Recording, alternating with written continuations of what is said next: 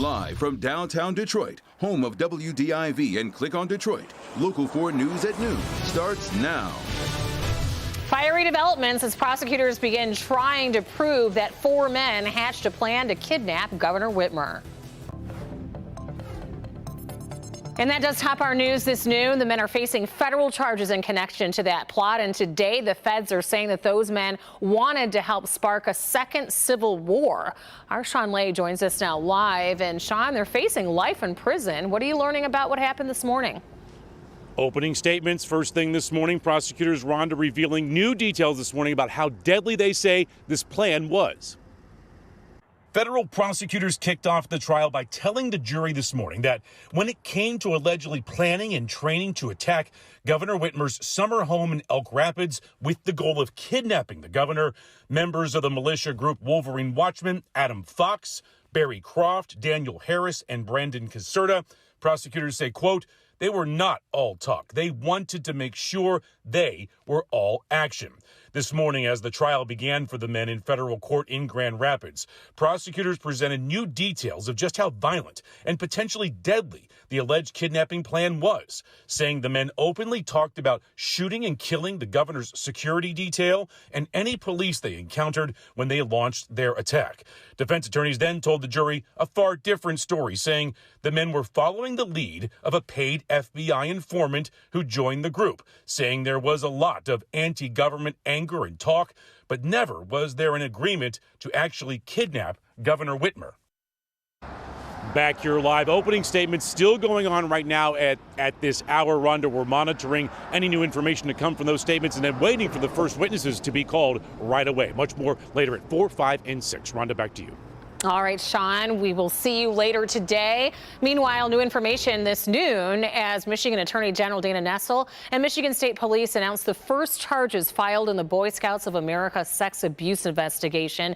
Our Megan Woods was at the press conference earlier today, joining us now live outside of the Cadillac Place with what the investigators have to say. Megan.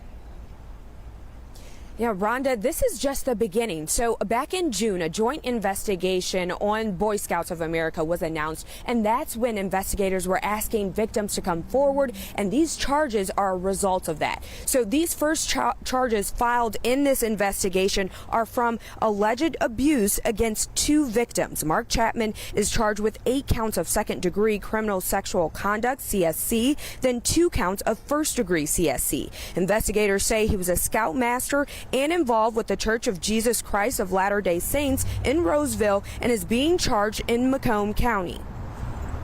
The CSC first degree and third degree in the law is penetration crimes.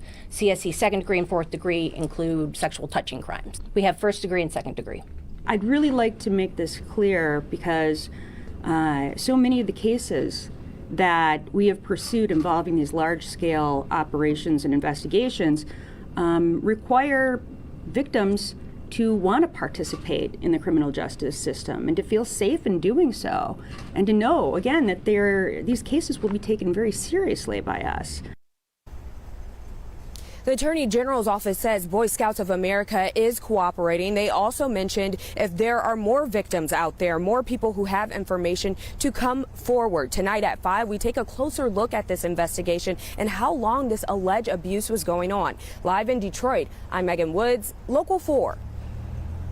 Megan, thank you. Also making headlines, you may recall on Tuesday, President Biden banned Russian oil, natural gas, and coal imports to the United States because of the Russian invasion of Ukraine.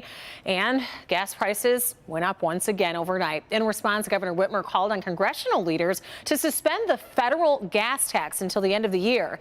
And today, the Republican-led state legislature plans to start voting on legislation that would suspend Michigan's state 27-cent gas tax through the end of the fiscal year or over the next 6 months. So we will keep you posted on the progress there at both the state and federal level. Here is a look at our Victor Williams and what he is working on for later editions of Local 4.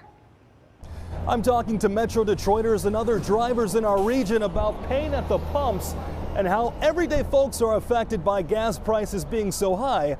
We're also talking to state leaders about what can potentially be done.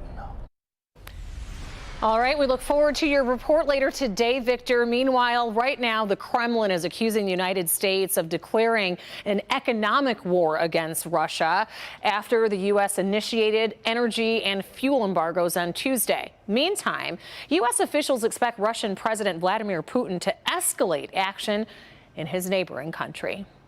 Ukrainians remaining defiant in the face of danger, fighting to protect their homeland from the Russian invasion. It's our land, independent. Nobody can enter our land. And if someone is entering, we have to answer. At least 474 civilians have been killed in Ukraine since the attack started nearly 3 weeks ago, according to the United Nations Human Rights Office. And U.S. officials expect the threat from Russian President Vladimir Putin to increase. He's escalating. He's more prepared than ever to consider doing some unreasonable damage and terrible atrocities in Ukraine. Plus, he's looking for an opportunity to strike out at NATO. The U.S. is sending 2 Patriot missile batteries to Poland to be used as a, quote, defensive deployment aimed at countering potential threats to the U.S. and its allies. The pressure has risen a little bit, and that Putin is feeling it. He can't get back at the United States for the increasingly tough sanctions, so he's going to use what he has, which is the threat of weapons of mass destruction. The UN says more than 2 million people have fled Ukraine since Russia invaded, and Ukrainians are pleading for an end to the fighting. We're not Nazi. We're just on other land with hands up. Please, we want to live. We want to be happy. Stop shooting, please.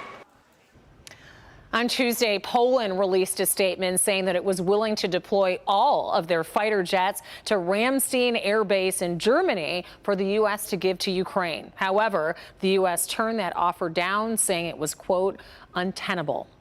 Meantime, Vice President Kamala Harris is traveling to Poland. She plans to hold talks with our NATO allies. This comes as the situation is worsening in Ukraine. The decommissioned Chernobyl nuclear site was knocked off of the power grid today and forced to switch into generators. That raised alarm about the plant's ability to keep its nuclear fuel safely cool. Meantime, officials in the country say that a Russian strike hit a children's hospital and maternity facility in the port city of Mariupol. The Ukrainian president says children are currently buried under debris. And authorities announced another ceasefire to allow civilians to escape, but previous attempts to establish safe evacuation corridors have largely failed due to Russian attacks by Russian forces. Of course, the number of those lucky enough to escape continues to climb, as Jay Gray reports from Poland. Hey there, we want to give you a real-time look at what happens once people cross the border. This is a refugee shelter that is open, 800 beds. You can see them here. The amazing thing about this spot is 2 weeks ago, this was a shopping center, a mall-type area, and all these places, they were shops. Now, a doctor who lives in the city said, I want to do something. I've got to do something to help. And so the vendors all moved downstairs, and he created this in just 48 hours, had crews come in and work around the clock for 2 days, and this is what they came up with. You can see the lunchroom here. He's installed what is a washroom, so you can wash your clothes, dry your clothes. This may be the most important area, though. When you move over here, you'll see it. It's a medical center. It's staffed around the clock, 24/7, by doctors. One, the woman I talked to today, told me that she did her medical training, her schooling in Ukraine, and it was just vital, she said, that she be a part of helping those who had helped her so much. That's the latest right now. I'm Jay Gray. Back to you. Jay, thank you. We will continue to keep you updated both here on Local 4 News and our further newscasts later today, along with clickondetroit.com. We'll keep that continuing coverage up for you as new information comes in. Now we want to switch gears and talk about what is happening here at home with a live look outside with our sky cam, and little sunshine is good for the soul, Brandon.